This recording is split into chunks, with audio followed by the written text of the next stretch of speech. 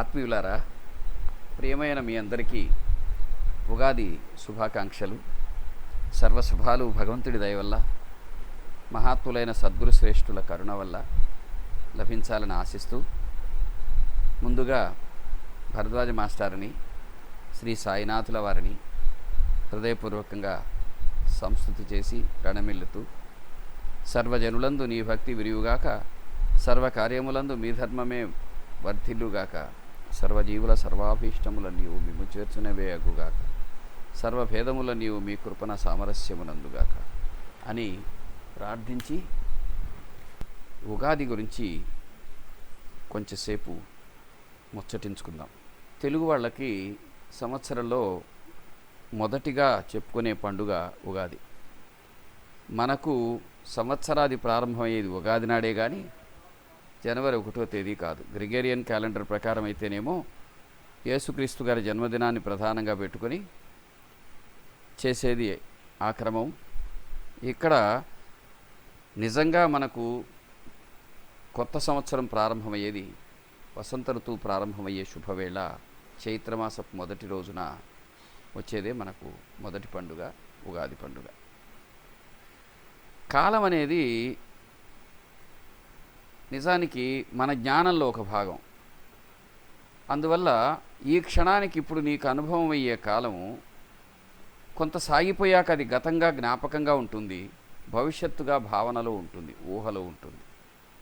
అంటే భవిష్యత్తును ఊహించగలము, గతాన్ని జ్ఞాపకంలో ఉంచుకోగలం. వాస్తవమైనటువంటి కాలగతి ఇప్పుడు నిత్యానుభవంగా ఉండేది మాత్రమే. కాబట్టి కాలం అంటే అనుభవగతమయ్యేటువంటి వాస్తవం అని చెప్పుకోవచ్చు. ప్రాచీనమైన మానవుడు ఏం చేశాడంటే, మిగతా అన్ని వస్తువులలాగే తన ఎదురుగుండే ప్రపంచాన్ని అన్నిటినీ కొలతలు వేసినట్టు, ఎత్తు పొడుగు లోతు ఇలా చూసినట్టు కాలాన్ని కూడా కొలవడం ప్రారంభించాడు. అట్లాగే ఆ కాలాన్ని ఎందుకు కొలిశాడు అంటే, దాన్ని తత్వం తెలుసుకోవడానికి కొలిసి దాన్ని ఎట్లా ఉపయోగించుకోవాలి అనేది కూడా ఆలోచించాడు. ప్రపంచంలో మానవుల సృష్టి ప్రవాహం ఉన్నంతకాలం కాల ప్రవాహం ఎప్పుడూ ఉంటుంది. కాలం అలా అవిభాజ్యంగా ఉంటుంది. సరే, ఇక్కడ మన ప్రాచీనులు ఏం చెప్పారు, ఋషులు వీళ్ళంతా ఏం చెప్పారంటే, కాలం కూడా భగవంతుడి యొక్క చైతన్యవంతమైన స్వరూపమే. భగవద్గీత కూడా కాల కలయతామహం అనే మాటతో దాని గురించి వివరంగా చెప్తాడు. తన దివ్య రూపాలను గురించి చెబుతూ కాలం కూడా నా స్వరూపమే అంటాడు. మనం ఎన్నో ప్రణాళికలు వేసుకుంటాం, పలానప్పటికి ఇది చేయాలి, పలానప్పటికి ఇలా చేయవలే, ఇదంతా మన దినచర్య, ఇది ఈ గంటకి ఇప్పుడు చేస్తాం, ఈ సంవత్సరం, ఈ రోజు, ఈ పక్షం, నెల, ఇలా అంతా అనుకుంటూ ఉంటాం. అట్లాగే ప్రతివాడు సంవత్సరంలో ఒక ప్రారంభ దినాన్ని పెట్టుకొని ఆ రోజు నుంచి ఆ నెలంతా సంవత్సరం అంతా చేయవలసిన కార్యక్రమాన్ని సమీక్షించుకోవలసిన సమయం, నిర్ధారించుకోవాల్సిన సమయంగా కూడా మనం ఉగాది చెప్పుకోవచ్చు. డైరీ ప్రారంభించుకునే రోజున్నట్టు ఆ సంవత్సరపు డైరీని ఏ విధంగా ప్రణాళికాబద్ధంగా చేసుకోవటం కోసం కూడా ఉగాది పండుగ యొక్క ఆంతర్యంలో ఇమిడి ఉంటుంది. అంటే అక్కడ ఆ విధంగా అనుకున్నట్టే అన్నీ చేయగలుగుతామని కాదు, కానీ చేయాలనే ప్రణాళిక ఉండటం తప్పు కాదుగా. అందుకని అది ఆయా వ్యక్తుల మనోభావాల మీద, వీటన్నిటి మీద ఉంటుంది. అయితే ఇప్పుడు మన ప్రస్తుత సమాజంలో జాగ్రత్తగా గన చూసినట్టయితే, ఇప్పుడు రాశి ఫలాలు ఇవన్నీ పత్రికలన్నింటిలో ఎక్కడన్నా చూస్తే రాశి ఫలాలు కనిపిస్తాయి. అంటే ఈరోజు నా రాశి ఫలం ఎలా ఉందని కూడా ప్రతివాడు చూసుకుంటూ ఉంటాడు. వాస్తవానికి జాగ్రత్తగా గన గమనిస్తే ఒక అద్భుతమైనటువంటి ఋషిధర్మ శాస్త్రాన్ని అంత సరిగా వినియోగించుకోకపోవటం ఇట్లాంటి సందర్భాల్లో మనం గమనిస్తాం. ఎలా అంటే, మనిషి సుఖము దుఃఖం అనే రెండింటిని ఎదుర్కొంటూ ఉంటాడు. ఉగాది రోజు నీ జీవితంలో వచ్చే ఆశ కలిగించే విషయాలు, నిరాశ కలిగించే విషయాలను, వాటి మిశ్రమాన్ని సహజంగా అంగీకరించి ఎదుర్కొనేలాగా అలవాటు పడి సహజంగా ఒప్పుకునేదానికి గుర్తుగా మనకి 6 రుచులను కలిపి, ఇది సహజము, ప్రకృతిలో షడ్రుచులు ఎలా సహజమో ఈ విధంగా సుఖదుఖాలు, శీతోష్ణాలు ఇవన్నీ కూడా సహజమేను అని వేదాంత ధోరణితో చెప్పిన దీన్ని ఉగాది పచ్చడిగా కూడా అంటారు. సరే, అంతేకాదు దీంట్లో ఒక జ్యోతిషం ఇమిడి ఉంది. ఇప్పుడు జ్యోతిషంలో ముఖ్య భాగం అంతా ఎలా ఉంటుందంటే 2 భాగాలు ఉంటాయి. జ్యోతిష్ శాస్త్రంలో ఒకటి గణిత విభాగము, రెండవది ఫలభాగము అని. మనలో చాలామంది ఈ రెండింటి మధ్య ఆ విభజనను మనం తెలుసుకోకుండానే వాటి గురించి మనం ఎన్నోసార్లు వింటూ ఉంటాం. ఉగాది రోజు ఖచ్చితంగా పంచాంగ శ్రవణం చేయవలే, అంటే ఉగాది రోజే చేయాలని కాదు, పంచాంగాన్ని గురించిన ఋషి జ్ఞానం మీద మనకు అవగాహన ఉండాలని అర్థం. అది ప్రారంభ దినం నుంచి ఎప్పుడూ ఉండాలి అనేది ఒక దృష్టి.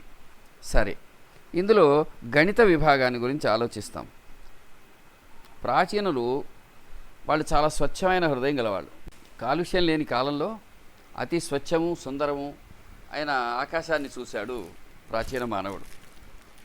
అతను చాలా శ్రద్ధగా జాగ్రత్తగా ప్రతిదాన్ని గమనించాడు. ముందు సూర్యుడిని గమనించాడు, సూర్యుడి గతినంతా గుర్తించాడు, దాని నీడ ద్వారా గమనించాడు. సరే, సూర్యుడికి అంత క్షుణ్ణంగా తెలుసుకున్న తర్వాత ఆకాశంలో నక్షత్రాలను చూశాడు, చంద్రుని చూశాడు. ఇంతేకాదు, రాత్రివేళ నక్షత్రాలు చూస్తుంటే నక్షత్రాల గుంపులు అతనికి చాలా అందమైన రకరకాల రూపాల్లో కనిపించేవి. కాబట్టి అతను ఏం చేశాడు, ఏ సమయంలో సూర్యోదయం అవుతుంది, ఏ సమయంలో సూర్యాస్తమయం అవుతుంది, దాని మధ్యలో ఒక గణితాన్ని డెవలప్ చేసుకున్నాడు. ఆ అనుభవ రూపమైన గణితం ఎంత ప్రశస్తం అంటే, లేటెస్ట్ టెక్నాలజీ ప్రకారం ఉండే కంప్యూటర్స్ ద్వారా గుర్తించిన దానికి వెనకటి అనుభవ జ్ఞానంతో ఋషి ఏర్పాటు చేసుకున్నటువంటి గణితానికి ఏమాత్రం భేదం లేదు. కొన్ని సెకండ్స్ కంటే తేడా అనేది దాదాపు లేదు అసలు. అంటే ఒక ఎన్ని వేల సార్లు గ్రహణాల గురించి వీటి గురించి లెక్క వేసిన శాస్త్రజ్ఞులకు జ్యోతిష గణితానికి ఏమాత్రం తేడా లేని పరిస్థితి ఒక అద్భుతం అన్నమాట. కొన్ని సెకండ్స్ మాత్రమే ఇటు తేడా ఉంటుంది, అది కూడా సెకండ్లో చాలా స్వల్పాంశం. సరే, అదేమైంది, మెల్లమెల్లగా అన్నిటికంటే ఆశ్చర్యకరమైనటువంటి అనేక విషయాలను మానవుడు అధ్యయనం చేసి ఏర్పాటు చేసుకున్నది మన జ్యోతిష గణితం. అంతేకాదు, ఈరోజు ఉగాది వచ్చింది. ఈ ఉగాది నుంచి ఇంతవరకు ఎన్ని సంవత్సరాలు గడిచాయో, అసలు ఈ సృష్టి ప్రారంభమైనప్పటి నుంచి ఇప్పటికి ఇది ఎన్నిసార్లు పునరావృతమైనదో, అందులో ప్రధాన విభాగాలు ఏమిటో ఇలా చెప్పుకుంటూ వాటన్నిటికి పేర్లు పెట్టుకుంటూ వచ్చాడు. ఇప్పుడు ఉదాహరణకి మనల్ని ఎవరినైనా సంప్రదాయం తెలిసినటువంటి వాడిని, ఒక వేదధర్మంతో పరిచయం ఉండే ఒక కుర్రవాడిని పిలిచి ప్రవర చెప్పరా అన్నాం అనుకో, అతడు వెంటనే ఏమంటాడు, శ్రీ మహావిష్ణోరాజ్ఞయా ప్రవర్తమానస్య ఆద్య బ్రహ్మణ ద్వితీయ పరార్ధే శ్వేతవరాహకల్పే వైవస్వతమన్వంతరే కలియుగే ప్రథమపాదే జంబూద్వీపే భరతవర్షే భరతఖండే మేరోహు దక్షిణ దిగ్భాగే అని ఇలా చెబుతూ కాలం గురించి చెబుతాడు. కలియుగంలో ఇది ప్రథమ పాదమట. అంటే కలియుగ ప్రమాణంలో ఈరోజు 4,32,000 సంవత్సరాలైతే, దీనికి ఇంకా ఎక్కువ ప్రమాణం కలిగినటువంటివి మొదట ఇంతవరకు గడిచిన ద్వాపరయుగం అయితేనేమి, దానికి ముందున్న త్రేతాయుగం, కృతయుగం, ఇవి దీనికంటే చాలా పెద్దవి. ఈ విధంగా ఎన్నో లక్షల సంవత్సరాలు గడిచాయి. అటువంటి లక్షల సంవత్సరాలు ఈ యుగాలు గడవడానికి కల్పం అంటారు. కల్పాలు ఇలా సృష్టిలో ఎన్నోసార్లు జరిగింది. సృష్టి జరిగేటటువంటి ఒక క్రమం ఇందులో వివరించబడింది. తమాష ఏంటంటే, ఎన్నో కోట్ల సంవత్సరాల కాల పరిమాణాన్ని ప్రాచీనమైనటువంటి ఋషి చెప్పిన దానికి ఆధునికమైన శాస్త్రవేత్త చెప్పేదానికి దగ్గర పోలికలు ఉండటం చిత్రాతి విచిత్రం. అయితే దీని గురించి ఒక నిమిషంలోనో 2 నిమిషాల్లోనో ఉగాది ఉదయాన్న చెప్పుకోవటం కాదు. సరే పోనీ, ఇక జ్యోతిషంలో రెండవ భాగం ఏమిటి, ఫలభాగం ఉన్నాం. మరి ఇంతకు జ్యోతిషం అంటే ఏమిటి? జ్యోతి అంటే వెలుగు. జ్యోతిషం అంటే వెలుగుల్ని అధ్యయనం చేసేటటువంటి ఒక శాస్త్రీయ విభాగం. మనకు వెలుక్కు మూలం ఇంతకుముందు చెప్పుకున్నాం కదా, సూర్యుడు మూలం, చంద్రుడు మూలం, నక్షత్రాలు వీటన్నిటినీ అతడు గమనిస్తూ ఆకాశంలో ఒక్కొక్క రోజు ఒక్కొక్క రకమైన ఆకారాన్ని చూశాడు. నక్షత్రాల సముదాయాలే ఆకారాల్లాగా కనిపించాయి. ఒక సమయంలో అతడికి మేక ఆకృతి కనిపించింది, దాన్ని మేషరాశి అన్నాడు. ఎద్దు ఆకృతి కనిపించింది, ఎందుకంటే వ్యవసాయం చేసుకుంటూ రోజు ఎద్దుతో ఉంటాడు అతను, వృషభ రాశి అన్నాడు. అప్పుడప్పుడు కుట్టే తేలు కూడా వృశ్చిక రాశి అయింది. భయానకమైన మృగరాజు కూడా సింహరాశి అయింది. అదేవిధంగా 12 రాశులను నిర్ణయించుకున్నాడు. అట్లాగే తిథి, వార, నక్షత్ర, కరణ యోగాలు అనేటువంటి 5 కూడా ఒక పంచాంగ విభాగంగా కూడా చేసుకున్నాడు. వీటి తర్వాత మరో అద్భుత పరిణామం ఏంటంటే, నక్షత్రాల గతులు, సూర్యచంద్రుల గతులు మానవుడి శరీరం మీదను, ఆరోగ్యం మీద, తన చుట్టూ ఉండే ప్రకృతి మీద, వీటన్నిటి మీద ఎలాంటి ప్రభావం కలుగుతుందో అది అధ్యయనం చేసి వాటిని గ్రంథస్థం చేసినటువంటి విషయమే జ్యోతిషానికి మూలం.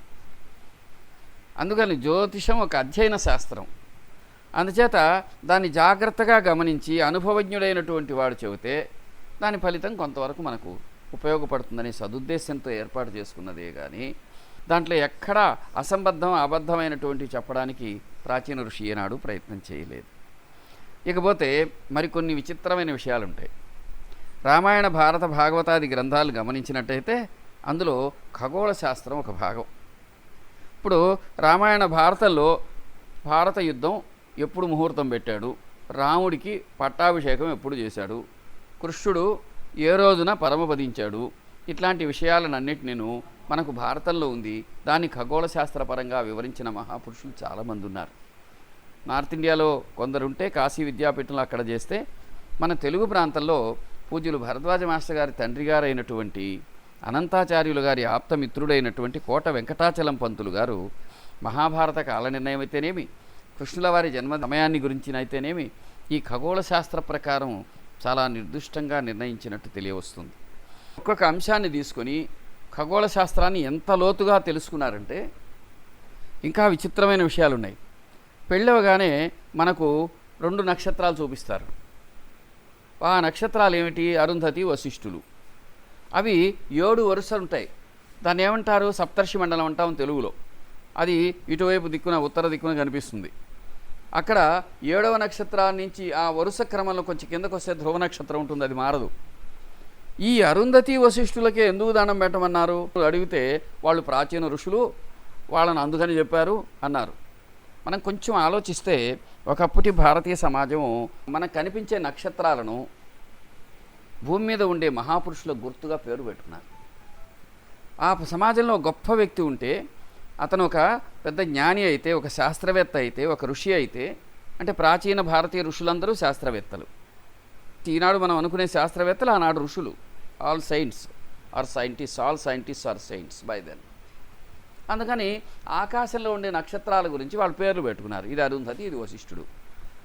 వాళ్ళు ఎవరికి దండం పెట్టమన్నారు? పెళ్లి చేసుకున్న వాళ్ళని దండం పెట్టమన్నారు. మామూలుగా మన సమాజంలో ఎలా ఉంటుంది? పురుషాధిక్యత కనిపిస్తుంది. కానీ ఆ ధర్మం, ఋషి ధర్మం ఏర్పాటు చేసిన వాళ్ళకి ఆ దృష్టి లేదని అది చెబుతుంది. ఏమిటి? అత్యాధునికమైన సైన్స్ గమనించి ఈ మధ్య ఒక విషయం తేల్చింది. అదేమిటంటే మొత్తం మన ఖగోళంలో ఉండే అనేక నక్షత్రాలు కదులుతూ ఉంటాయి. చలించటం దాని స్వభావం, చలనం దాని లక్షణం. అయితే ఒక పెద్దది ఉంటుంది, దాని చుట్టూ కొన్ని తిరుగుతూ ఉంటాయి. తమ చుట్టూ తాము తిరుగుతూ దాని చుట్టూ తిరుగుతుంటాయి. దానికి ఒక ఆ విధంగా సంవత్సరాలు, కాలం ఇవన్నీ ఏర్పడ్డాయి. కానీ ఈ అరుంధతి, వశిష్ఠులు అనే 2 నక్షత్రాలు మాత్రము సమానమైనటువంటి పరిధిలో తమ చుట్టూ తిరుగుతూ ఒకదాని చుట్టూ ఒకటి తిరుగుతాయి. అంటే స్త్రీ పురుషులు ఇద్దరూ సర్వసములై గడపవలసినటువంటి విధానము వివాహమని ఆ నక్షత్రాల్ని ఎన్నో కాంతి సంవత్సరాల అవతల ఉండే వాటి యొక్క గతిని గుర్తించి వాటికి ఆ భావం ఏర్పాటు చేసిన ఋషుల పాదాలకు నమస్కారం పెట్టుకోవాలి. ఎందుకంటే మనం ఉన్న ఈ భారతీయ సమాజంలో ఋషి జ్ఞానం అంత గొప్పది. ఈరోజు ఎన్నో గొప్ప టెలిస్కోపులతో, అంతరిక్షంలో ఉండే ప్రయోగశాలలతో చెప్పిన విషయాన్ని కేవలం భూమి మీద కూర్చొని తపోశక్తితో దానిని అద్భుతమైన రీతిలో గణించి చెప్పిన వారి జ్ఞానానికి మనం నీరాజనం చెప్పక తప్పదు. ఈ విధంగా మనకు కాల నిర్ణయంలో ఎంతో అద్భుతమైన రీతిలో మనం ముందున్నాం. ఈ విషయాన్ని ఐన్స్టీన్ లాంటి శాస్త్రవేత్తలు ప్రస్తుతించారు. గణిత శాస్త్రంలో భారతీయులు ఇచ్చినటువంటి వాళ్ళ యొక్క డొనేషన్ ఏం తక్కువ కాదని ఆయన అన్నట్టు చెబుతారు. ఇకపోతే ఇంతకీ కాలం అంటే ఏమిటి? కాలము అనేదాన్ని మన సంప్రదాయంలో కాలహ, కాలము, యముడు అంటే కాలానికి ఒక రూపం, రుద్రుడు అంటే కూడా అదే. ఇక్కడ యముడు అంటే అర్థం ఏమిటి అంటే నియంత్రించేవాడు. దేన్ని? కాలరూపమైన సమస్త జీవుల జీవయాత్రను నియంత్రించే ధర్మమేదో అది యముడు. అట్లాగే ధర్మాధర్మాలను నియంత్రించి మన జీవితాలను నిర్ధారించేవాడు అని అర్థం. ఇకపోతే రోదనాత్ రుద్ర ఉచ్యతే, రుద్రుడు అంటే అర్థమైంది లయకారకుడు, మళ్ళీ తనలో తాను కాలుపుకునేవాడు. అందువల్లనే రుద్రుడు, కాలుడు అనే పేరు కూడా శివుడికి మన ఎవరైతే లయకారుడో వాళ్ళకి ఉంది. అందుకని కాలాన్ని కూడా దైవస్వరూపంగా చూసినట్టు మనం ఇక్కడ గుర్తించవచ్చు.